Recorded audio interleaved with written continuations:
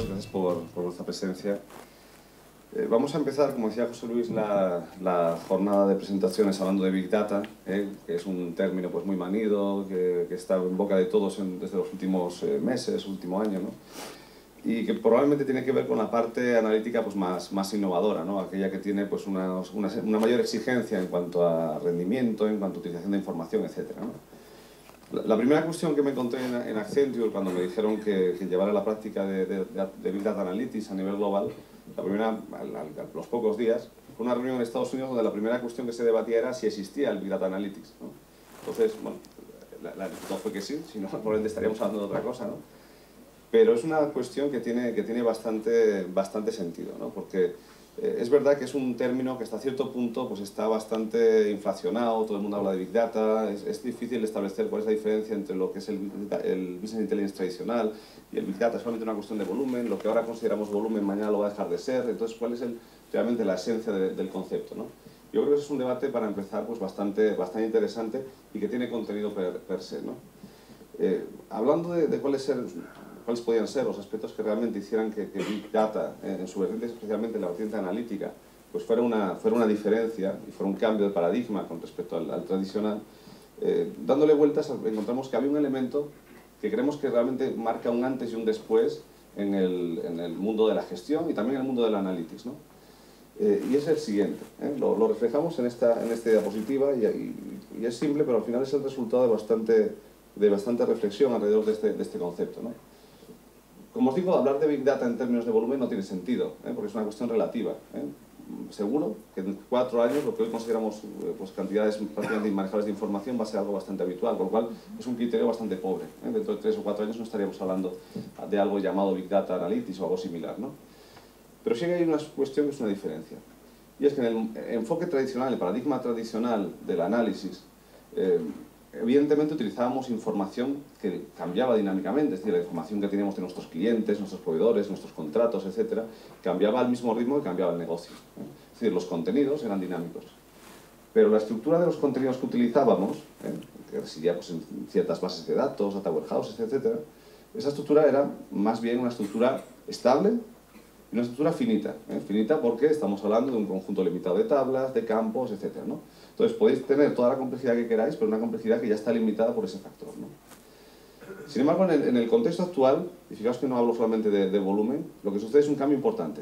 Y el cambio tiene que ver con el hecho de que no solamente el contenido cambia dinámicamente, sino que la estructura es una estructura gaseosa, nebulosa, fluida, que cambia constantemente. Cuando nosotros estamos poniendo nuestra atención en lo que se está diciendo en Internet, en la información de los clientes, en la información de los competidores, etcétera, lo que está sucediendo en la web, tomando únicamente la web como punto de partida, y hay muchísimos más, ¿no?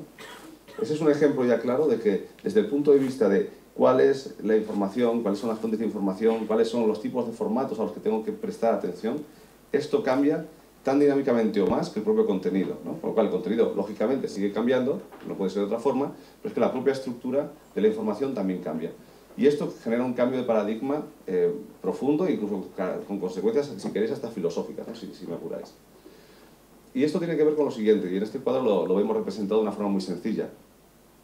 En un contexto Business Intelligence tradicional, en un contexto, si queréis, de una forma más estrecha, en un concepto analítico tradicional, había dos cuestiones que eran clave. Uno, lo que yo sé de mi negocio, y me permite tomar decisiones y actuar y generar valor con ese conocimiento. Lo que yo sé que no conozco, oye, mira, pues yo no conozco cuál es el impacto de esta oferta específica en la venta de este producto. No lo conozco, pero sé que no lo conozco, con lo cual puedo generar una investigación, puedo desarrollar pues, algún tipo de enfoque analítico que me permita conocer qué relaciones están subyaciendo ahí, ¿no? El Business Intelligence tradicional ha tratado de dar respuestas, incluida la capa analítica, a las dos primeras cajas, lo que sé y lo que sé que no sé, y tengo que tratar de identificar.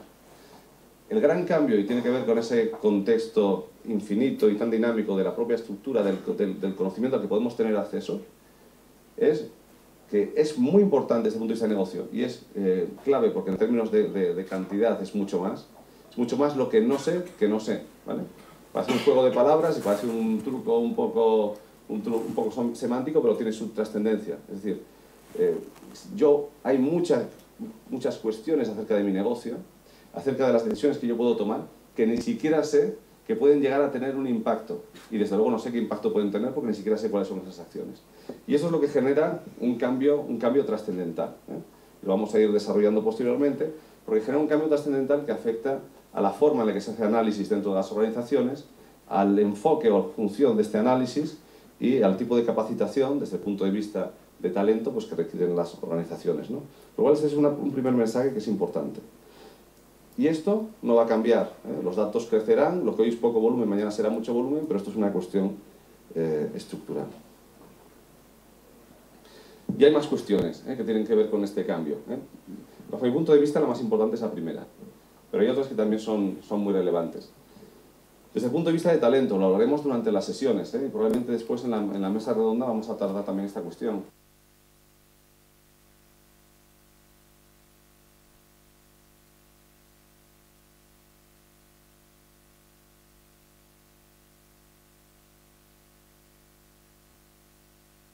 Con conocimiento en lo que se refiere a la parte analítica, con conocimiento en la parte tecnológica, que integre también conocimiento de negocio. Es decir, pues eso es algo que, lógicamente, es un recurso muy limitado y muy necesario en las organizaciones. Los objetivos del análisis. Cuando estamos en una situación en la que no sabemos lo que no sabemos, hay un elemento que es básico, absolutamente, y que hace una diferencia en el enfoque analítico, y es el descubrimiento. Necesitamos instaurar dentro de las organizaciones la capacidad de estar continuamente generando nuevo conocimiento de lo que sucede a nuestro alrededor. Y eso es lo que se llama descubrir. Descubrir relaciones, patrones, cuestiones que pueden tener un valor relevante para nuestro negocio. Y diferenciamos entonces dos objetivos principales. Uno es la automatización del aprendizaje, y que lo que consideramos que puede aportar un valor, porque es algo ya conocido que va a aportar valor. Estamos todavía en esa parte de lo que no sé que, perdón, de lo que sé que no sé, o de lo que ya sé. La automatización de esa parte es importante, pero el descubrimiento en todo ese universo que es desconocido para nosotros es también muy relevante. Con lo cual, vamos a hablar después de estos dos conceptos, del descubrimiento y el de automatización del aprendizaje y del conocimiento. El foco también cambia. Y cambia de una forma que es muy relevante. Cambia en el sentido de que tenemos que llevar la inteligencia al momento en el que se produce la interacción. Y esto significa que no es que hablemos de un enfoque centrado en el cliente, o un enfoque, yéndome más atrás en el tiempo, centrado en segmentos de clientes o centrado en el producto, si me voy a más atrás. Estamos hablando de la interacción. Y esto también provoca un cambio. Porque una persona es diferente de otras personas. Pero lo que es importante decir es que una persona también es diferente a sí misma en función de las circunstancias en las que estemos interactuando con él. Si nosotros queremos llevar el análisis, la inteligencia y la posibilidad de tomar una decisión al momento exacto en el que se produce una interacción, con todas las condiciones de contorno, de contexto en el que se está produciendo, esto produce una explosión exponencial del número de procesos analíticos que requieren nuestras organizaciones, ¿no? Y eso es otro gran cambio. Hay otra cuestión que es la adaptabilidad de los procesos inteligentes. Estamos hablando de la necesidad de que miles de procesos inteligentes que están sucediendo continuamente en nuestra organización sean capaces de modificarse conforme se modifica nuestro entorno. Y repito otra vez, no se modifica solo el contenido, se modifica la estructura. Es una modificación estructural del tipo de información que podemos tener disponible en un momento dado, ¿no? A eso lo llamamos autonomía. Autonomía en la capacidad de adaptación de las capacidades analíticas. Los datos que utilizamos son de cualquier tipo y fijaros que normalmente cuando se habla de Big Data se pone mucho énfasis aquí. Yo solamente voy a decir esto, no voy a decir mucho más. Creo que hay otros elementos que, como digo, son más estructurales. En cuanto a escala, necesitamos industrializar los procesos, o gran parte de los procesos. Cualquier ámbito humano que implica el uso del intelecto y el ir evolucionando en el grado de sofisticación, parte de una fase más artesanal, más de descubrimiento, hasta una fase mucho más industrializada y más escalable. Y eso es en lo que estamos ahora en Analytics. Tenemos el grado de madurez suficiente para que grandes partes, no todo, pero grandes partes de lo que es analítico se pueda automatizar. Y luego os voy a contar algún ejemplo al respecto de esto. Y luego también está, desde el punto de vista de cómo se presta el servicio analítico, es el enfoque como servicio. Es decir, el hecho de no es, mira, yo quiero que me hagas exactamente esto, quiero que descubras esto que yo sé que no sé, y entonces quiero que me hagas un proyecto de 3 meses. No es eso, porque muchas cosas que te van a resultar de valor ni siquiera sabes que no sabes. No puedes decir, búscame la relación precio, oferta, demanda. A lo mejor esa no es la pregunta, ¿vale? Entonces esto cambia mucho la forma de colaborar, ¿no? Y va a un modelo de servicio, un modelo de relaciones pues, a largo plazo, ¿no? Esta es la visión general, ¿no? Y luego está la parte de los datos, donde quizá más allá de lo que es el volumen de información, la complejidad que puedan tener, el hecho de que utilicemos información textual, de redes sociales, etcétera. Lo que es interesante es cuál es el valor que tiene el dato para mi negocio. Y el valor del dato para mi negocio depende de muchas cosas. Depende de lo específico que sea ese dato en el sentido de la información que me esté dando de una persona en un momento concreto, en ese momento de la interacción que os decía antes. Esa información es mucho más valiosa unitariamente, teniendo en cuenta esa persona, que si yo estoy hablando de una información que me habla de cómo se comporta en general un determinado segmento de población, ¿vale? Desde el punto de vista unitario, per cápita, la primera información es mucho más útil que la segunda. Y en función de cuál sea mi negocio, pues tendré información de un tipo, tendré información de otra, tendré diferentes niveles de agregación, tendré diferentes niveles de valor añadido en esos datos. El hecho de que industrias diferentes, en caso pues, de un valor prácticamente integral en esta cadena de valor de los datos, es Google, obviamente, ¿no? Tiene datos desde datos de mercado hasta datos de la interacción, momento de compra del cliente, incluso de la poscompra, ¿no? En otros casos esto está más limitado. La heterogeneidad de los niveles de información que hay en las diferentes industrias, ¿qué provoca? Pues que estemos asistiendo y vayamos a asistir a una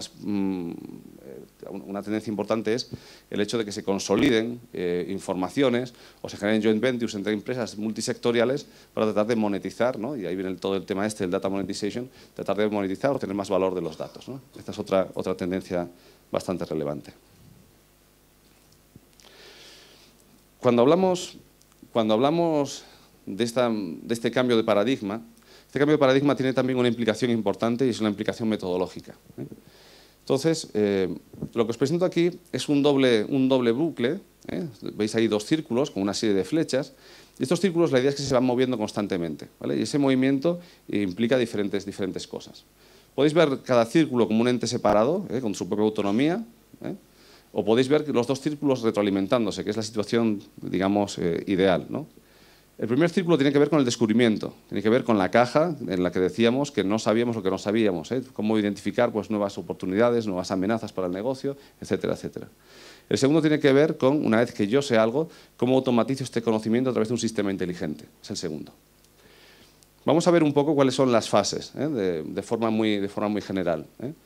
Decir que, además de las fases, hay dos elementos que convolucionan, que están alrededor de los círculos, que es lo que llamamos visualization, la parte de visualización. Sabéis que se está hablando mucho de la importancia de la visualización de la información en un contexto pues, de información masiva como el que tenemos.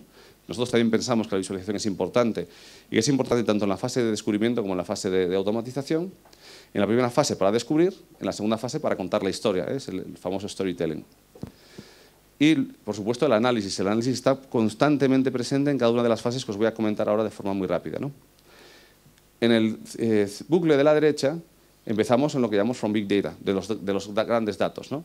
Información de diferentes fuentes, estructurada, no estructurada, redes sociales, todo lo que queráis que quepa aquí y tal, ¿no? Cuestiones de volumen, de complejidad y tal. El primer reto es diferenciar lo que es señal de lo que es ruido. Vamos a proponer al final de la sesión un acertijo, haciendo un juego un poco más interactivo, no para que se resuelva aquí, pero sí para que tengáis algo en lo que pensar si os aburrís en un momento dado, pero que tiene mucho que ver con este concepto, con el concepto de la diferencia entre lo que es ruido y lo que es información, lo que es dato y lo que realmente es información que te permite tomar una decisión. Y eso se llama filtrado, y para eso ya necesitamos capacidades analíticas. Tener en cuenta, qué sé yo, cuando hablamos de filtrado podemos estar aplicándolo a sonido, podemos estar aplicándolo a imagen, podemos estar aplicándolo a información que estamos rastreando en una web donde la gente está comunicándose cosas y muchas de ellas pues, probablemente no son relevantes. O hay que identificar cuál es la parte de valor en esas comunicaciones, ¿no? La segunda es el tagging, el etiquetado. Aquí es donde definimos, oye, pues esto que potencialmente puede resultarme útil, porque puede tener cierto vínculo con alguna parte de mi negocio, pues ¿con qué parte de mi negocio tiene vínculo? ¿Y con qué variables dentro de esa parte de mi negocio tiene relación? Esto es algo que tiene que ver con la percepción del cliente, tiene que ver con el precio, tiene que ver con un producto concreto, tiene que ver con un proceso, con un canal. Definimos una serie de metainformación acerca de la información que estamos filtrando. A continuación viene el modeling, es donde identificamos los patrones, cuáles son las relaciones entre las diferentes variables, cómo esas relaciones dan lugar a determinados comportamientos que tienen una cierta regularidad o una cierta irregularidad, porque también interesa identificar valores extremos o cosas extrañas, ¿no? El siguiente punto es el profiling, es tratar de explicar ¿y por qué esto pasa así? ¿Por qué hay unas causas o por qué hay ciertas variables que me están dando una información especial acerca de este fenómeno, ¿no? Hay otra corriente dentro de esta historia reciente del Big Data que dice, a lo mejor es un poco ampulosa, pero lo que viene a decir es que el gran cambio que supone el Big Data en el mundo de la gestión tiene que ver con que en el modelo tradicional aristotélico, cuando tú consideras que conoces algo, es cuando sabes explicar las causas. Mientras que en un modelo de Big Data Analytics, la tendencia es a que nos importe más el qué que el por qué. En un sistema de recomendación, por ejemplo, me interesa mucho que cuando yo recomiendo el cliente compre. Me da igual saber cuáles son las causas que me llevan a esa recomendación. Eso es verdad, pero siendo verdad, también es cierto que la capacidad técnica que tenemos ahora mismo a nivel analítico y a nivel técnico también nos está permitiendo ser mucho más eficiente a la hora de encontrar pues, correlaciones y estructuras de causa-efecto mucho más complejas.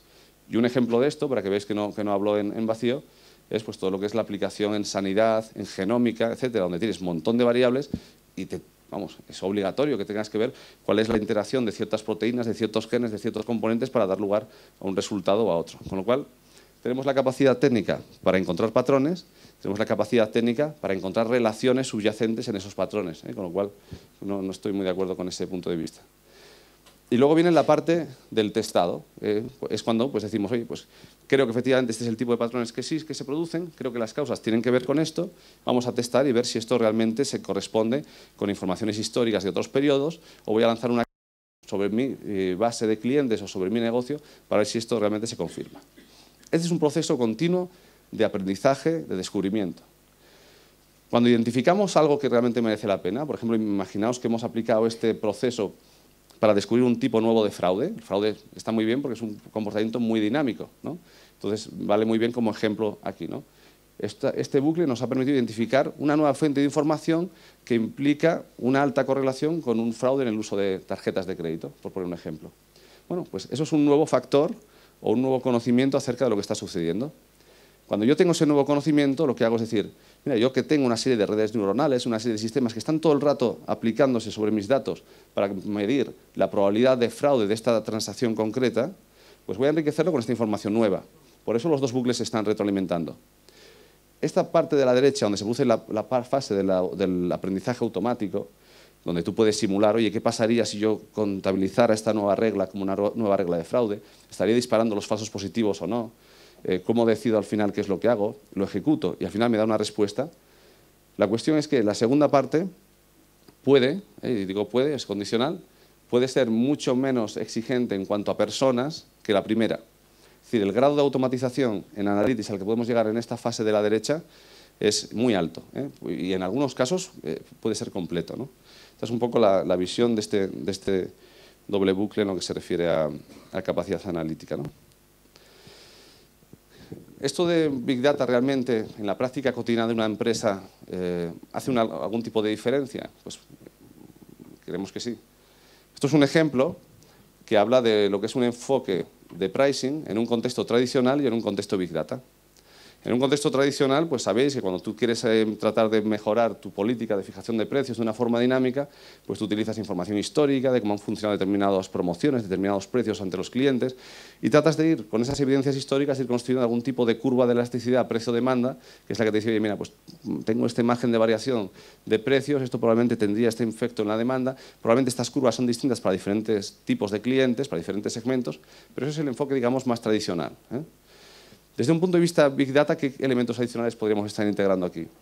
Pues, por ejemplo, uno sería incorporar un elemento de inteligencia competitiva. Inteligencia competitiva significa que en función del sector puedo tener mucha información relevante para mi negocio acerca de cuál es el tipo de ofertas y el precio de esas ofertas que mis competidores están haciendo. Y para ello, pues, por ejemplo, tengo Internet. Tengo pues, cuáles son las promociones que están haciendo estos competidores, tengo los comentarios que están haciendo los clientes acerca de las promociones, tengo webs de comparación de precios donde puedo introducir robots para hacer búsquedas de determinadas combinaciones de factores para identificar el precio, etc. Eso ya es un contexto infinito en cuanto a las alternativas que tengo y es un contexto que llamaríamos de Big Data Analytics. Podemos enriquecer con información acerca de las personas, no solamente de los precios. Podemos decir, oye, pues de esta persona puedo enriquecer su información si cruzo información con información que hay en las bases de, en las redes sociales, en un LinkedIn o en un Facebook o lo que fuera, ¿no? Si hemos establecido previamente un proceso, y esto es importante, que me permita cruzar la información, pues es algo que se puede hacer también. Con lo cual, este elemento también nos permite enriquecer de una forma significativa la información. Tenemos un ejemplo de esto en una demostración que hemos hecho hace poco, en la que mejoramos los sistemas de fijación de precios de seguros utilizando información de hábitos que obtenemos de las redes sociales, por ejemplo, ¿no? Y luego, todos estos sistemas siguen también un patrón que es para nosotros fundamental en el posicionamiento analítico de Accenture, que es el concepto de lo que llamamos el always on. Always on significa que el sistema, ese doble bucle que antes os enseñaba, tiene que estar constantemente dando vueltas, tiene que estar constantemente funcionando, tiene que estar constantemente identificando, ojo, que ahora para esta combinación de factores este precio no funciona, probablemente por la competencia, probablemente por lo que sea. Puede interesarme la causa o no, pero el sistema está continuamente aprendiendo. Estas tres diferencias, el cómo podemos introducir sistemas que estén captando precios de la competencia, cómo enriquecemos información de los clientes con las redes sociales, cómo podemos hacer que el sistema automáticamente esté generando modelos dinámicamente para autoadaptarse, es una diferencia con el enfoque tradicional. Lo de la derecha para nosotros es Big Data Analytics y lo de la izquierda es Analytics tradicional. Como esto habría muchos ejemplos, hemos puesto alguno más, detección de fraude, personalización, todos tienen diferentes matices, pero bueno, si queréis luego en los pasillos lo podemos comentar, voy a ir un poquito más rápido. Aplicaciones del Big Data, ¿no? Bueno, hay muchas, esta diferencia de paradigma, esa diferencia de enfoque al final tiene muchas consecuencias. Hay tres que para nosotros son especialmente importantes, ¿no? Y es cuando tú relacionas esto del Big Data Analytics con el concepto de velocidad, de speed, escala y el concepto social. Estos son los tres elementos que consideramos bastante importantes. Voy a explicarlos muy brevemente porque no es objeto entrar en el detalle de ellos, ¿no? Pero, por ejemplo, en cuanto a velocidad, siempre lo cuento, quienes hayáis estado en alguna presentación, este ejemplo lo conoceréis muy bien, pero cuando tú entras en Internet, el proceso que se sigue para presentarte publicidad parece mágico. O sea, tú entras en una página web, imaginaos la que queráis, El País, El Mundo, lo que sea, un sistema hace un seguimiento de la información que se tiene de vosotros a través de la cookie, analiza cuál es la relación entre el interés que suscita en vosotros diferentes contenidos publicitarios, diferentes anuncios, conforme a cuál ha sido esta historia de navegación, y eso, bueno, digamos ese score, esa puntuación que dice, mira, este anuncio específico para esta historia de navegación merece esta puntuación. A continuación se analiza, bueno, a continuación por decirlo de alguna forma, se analiza la información del website al que os vais a dirigir. Cómo está estructurada la información, dónde aparecen los banners, arriba, abajo, hay que hacer scroll, no hay que hacerlo, cuál es el contenido textual de la información a la que estáis accediendo, de qué se está hablando. Y cruzamos esa información con la de millones de páginas web que tienen contenidos similares y volvemos a hacer otro score, que mide cuál es el grado de interés que ha suscitado diferentes tipos de anuncios, diferentes tipos de publicidad en esos contenidos. Con lo cual ya tenemos dos cosas, que es una clasificación de anuncios por tu histórico y tu comportamiento y una clasificación de anuncios por el sitio al que te estás dirigiendo.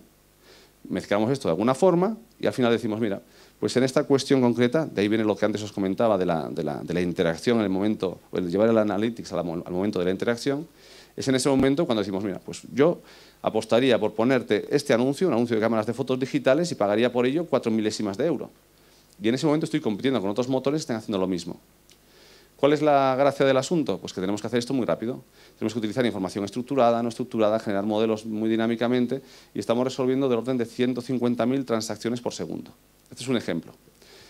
Si queréis introducir algo más de sofisticación analítica y para que veáis que el analytics, cuando se hace con un criterio y con un conocimiento metodológico, es una diferencia competitiva, lo que os he contado ahora es lo que hacen todos los sistemas de real-time bidding.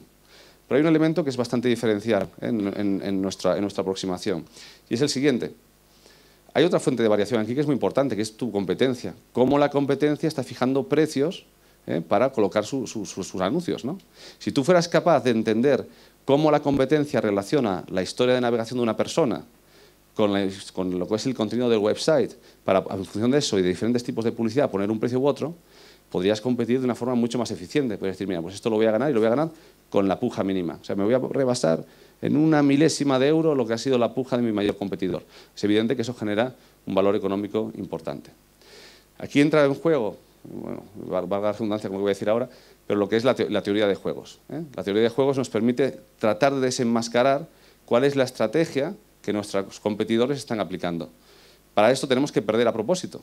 Y a veces ganar a propósito con precios especialmente altos. Pero si lo hacemos bien y el experimento lo diseñamos bien, tenemos la capacidad de desenmascarar lo que están haciendo los competidores y eso genera una ventaja competitiva radical. Es un ejemplo, yo creo que muy bueno, de analytics de alto rendimiento y cómo con una capa adicional de sofisticación pues hacemos una diferencia en el ámbito competitivo, ¿no? Luego hay otro ejemplo que es el ejemplo de la escala, ¿eh? Entonces, cuando hablamos de escala, hablamos también de esto, lo decíamos antes. Cuando estamos trasladando la decisión al momento de la interacción, esto multiplica el número de procesos analíticos en la empresa. Un proceso analítico lo vamos a definir como un proceso que empieza en los datos, termina en los datos y en el medio lo que está haciendo es algún tipo de cálculo analítico para tomar una decisión, ¿vale? Y entre medias pues, hace algún tipo de acción, interactúa con el cliente, con el proveedor, con lo que fuera. A principios del año 2000, o incluso en la década de los 90, el número de procesos analíticos en una empresa era muy limitado, unas pocas decenas, algo para riesgos, algo para fraude, algo para marketing, pocas cosas. El nivel de agregación que se utilizaba era muy grueso. Voy a hacer un modelo para planes de pensiones y ya está. Y para mí todos los planes de pensiones son iguales. Voy a hacer un modelo para, yo qué sé, para lácteos, y son todos iguales. En el momento que estamos yendo más a la interacción y a definir mucho más concretamente cómo vamos a construir esa interacción, ese diálogo con el cliente, esto se multiplica. Y la situación ahora es que estamos hablando de que la necesidad es de miles de procesos analíticos produciéndose constantemente en una organización. En el enfoque tradicional, el tiempo medio para hacer un modelo analítico, obtengo los datos, los limpio, los analizo, hago el preanálisis, hago el modelo predictivo, veo que es bueno, lo comparo con otro, me quedo con 2, 3, 4 semanas. Es algo que es inviable. Entonces, la tecnología tiene que permitirnos cambiar esto. Os cuento una anécdota, voy a tratar de acelerar, pero os cuento una anécdota que creo que es relevante, y es el premio de Netflix. No sé si conocéis, Netflix es una empresa americana de alquiler de películas, a través de la web. Entonces, en el año 2007 instauró un premio de $1 millón y dijo, mira, voy a dar un premio de $1 millón al que consiga reducir en un 5% el error de mis modelos de recomendación. Yo tengo un modelo de recomendación que me da un error determinado, me parece que está en el error del 0,86 de error cuadrático medio, que es una forma de medir. Y mira, si me bajas de 0,81, $1 millón. Lo que sucedió después fue muy interesante porque empezaron a participar pues, muchos centros de investigación, empresas, etcétera, ¿no? Al cabo de 3 semanas ya había muchos equipos que habían mejorado el 0,86, que era el 0,86 de partida, el que había desarrollado durante algunos años Netflix. Pero después las mejoras fueron muy, muy, muy lentas. Mejoras de una décima, de otra décima y a partir de ahí pues, cosas mucho más pequeñas, ¿no? Conclusión. Pasó 1 año y medio, ya que yo no bajaba de 0,81 ni para atrás, estaba en 0,82, pero era ya asintótico, la mejora no había mejora, ¿no? Al final lo que se decidió hacer fue los equipos que estaban en el top 10, hicieron un acuerdo y dijeron, mira, vamos a hacer una mezcla de los modelos, vamos a hacer un ensemble modeling, que es la mezcla de modelos siguiendo una serie de criterios estadísticos, para ver si así pues, conseguimos que el conocimiento que un modelo no tiene y que otro puede mejorarle se compensa y a lo mejor nos puede dar un resultado satisfactorio. Y en efecto, después de 1 año y medio, trabajando equipos de todo el mundo, llegaron a un resultado de 0,80, no sé cuánto, o sea, bajaron efectivamente ese nivel que habían puesto como objetivo, ¿no? Lo más interesante también es que el modelo resultante, este modelo híbrido, este modelo ensamblado, era tan complicado que no lo podían llevar a la práctica, con lo cual el resultado teórico está bien, pero el práctico ninguno. Todo esto para decir que si tú estás en un contexto en el que tu universo de información es limitado, es finito, como pasaba en el modelo tradicional, o como pasa en el modelo actual, cuando la fase de descubrimiento, que es la fase donde todo es infinito, ya la has resuelto, entonces, con un conjunto limitado y finito de variables, con una variable a predecir claramente determinada y con un método de trabajo que sea sistemático, que sea correcto y que sea solvente técnicamente, la mejora en un momento determinado es asintótica. ¿Qué quiere decir esto? Pues mira, nosotros hemos hecho test con el enfoque de automatización de modelos predictivos y lo que vemos es que el modelo predictivo en unas horas es capaz de generar resultados que, voy a decirlo de esta manera, no son peores que los de un modelo generado mediante métodos tradicionales con personas, ¿no? Ese es un mensaje a tener en cuenta, Y yo creo que ahí además vamos a ver bastantes cambios en los próximos tiempos, ¿no? Todo lo que es la tecnología en memoria, que nos permite todavía acelerar mucho más los tiempos, pues nos puede permitir obtener resultados bastante interesantes, Y esto da lugar también a un cambio en la forma de vender servicios, ¿no? De un enfoque donde un modelo tiene que ver con unas horas hombre y unos tiempos de duración, pues a un modelo donde puedes vender paquetes de modelos predictivos basados en el número de modelos que contrates. Y luego está el otro componente, y con esto voy a terminar, porque creo que me estoy excediendo. que es la perspectiva social, que es muy importante también. La perspectiva social es también un cambio de paradigma. El paradigma tradicional es, oye, ¿cómo es el cliente? ¿Qué ha hecho? ¿Cómo se comporta? Bueno, llévalo al momento de la interacción, pero ¿cómo es el cliente? Desde la perspectiva social me interesa mucho cómo es el cliente, por supuesto, pero me interesa mucho también cómo son los otros clientes o los otros consumidores, de forma más general, con los que se está relacionando. ¿Qué tipo de relación tiene? ¿Hay fenómenos de influencia entre ellos? ¿Puedo conseguir que esa influencia genere valor para mi compañía? Esa es la gran pregunta. Eso desde el punto de vista de marketing. Si hablamos desde el punto de vista del fraude, lo mismo. Oye, la relación que existe entre estas empresas puede ser sospechosa de estar enmascarando algún tipo de fenómeno fraudulento. No lo voy a ver aquí, no lo vamos a ver, pero, por ejemplo, simplemente el ver las relaciones societarias en estructuras delictivas como la red Malaya o lo mismo en Gürtel, etcétera, canta por sí solo. O sea que ese tipo de cuestiones son muy, muy relevantes. Con lo cual, cuando hablamos de social, no solamente hablamos de relaciones entre personas, hablamos de relaciones entre cualquier tipo de entidad. Pueden ser páginas web, pueden ser personas, pueden ser empresas, pero muchas veces de ese tipo de relaciones pues emerge información muy, muy relevante. Es más, las propias estructuras, los propios sistemas de recomendación de productos los podéis ver también, en cierto modo, como una red. Un producto está vinculado a aquellos productos con los que tiene más afinidad. Más afinidad significa que características más parecidas o significa que lo compran clientes parecidos o la definición de relación que vosotros queráis hacer. Cuando tienes una entidad y tienes una relación, tienes una red. Cuando tienes una red, puedes encontrar fenómenos de complementariedad o de influencia que son muy útiles para llevar a cabo pues, acciones útiles desde el punto de vista de negocio.